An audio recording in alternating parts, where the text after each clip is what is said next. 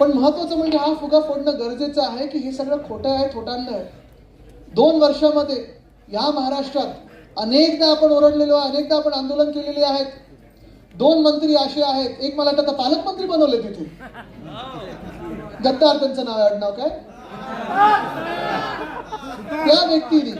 त्या व्यक्तीने सुप्रियाताई सुळेंना एवढ्या घाणेरड्या शिव्या दिल्या होत्या चॅनलवर, केवढ्या घाणेरड्या शिव्या दिल्या होत्या. महिलेला शिव्या दिल्या. तुम्ही एक मिनिट विचार करून मनातून काढून टाका की सुप्रियाताई राष्ट्रवादी काँग्रेसचे नेते आहेत किंवा खासदार आहेत, पण जी व्यक्ती, जो मंत्री अशी शिवीगाळ कोणालाही, महिला पुरुष कोणालाही करू शकतो, त्या मंत्र्याला खरं लाच मारून काढून टाकायला पाहिजे होतं मंत्रिमंडळातून, गेट आउट सांगायला पाहिजे होतं. त्यांना तुम्ही पालकमंत्री म्हणून छत्रपती संभाजीनगरच्या डोक्यावर बसवलेलं आहे. तुम्ही मला सांगा, असले लोक तुमचे लाडके भाऊ होऊ शकतात का? दुसरे मंत्री आहेत, आज निर्लज्जपणे ते बोलले आहेत की अशा घटना तर होतच असतात, अशा घटना होतच असतात.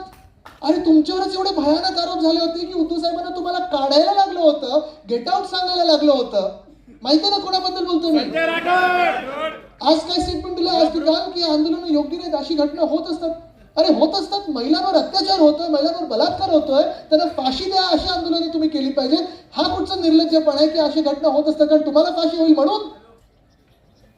लाज वाटली पाहिजे. पण ह्या लोकांना जर तुम्ही मंत्रिमंडळात ठेवत असाल तर हे घटनाबाह्य मुख्यमंत्री तुमचा लाडका भाऊ होऊ शकतो का?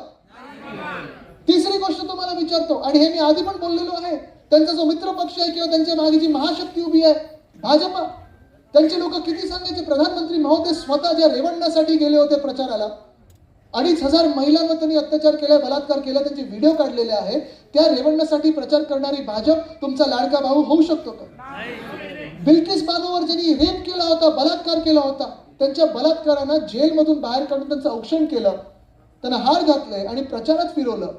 जातपात धर्म न पाहता बिल्किस बानोची किंवा त्या बलात्काराची, वंदनीय हिंदू सम्राट बाळासाहेब ठाकरेंची भूमिका हीच असते की त्या बलात्काराला फाशीवर चढवा.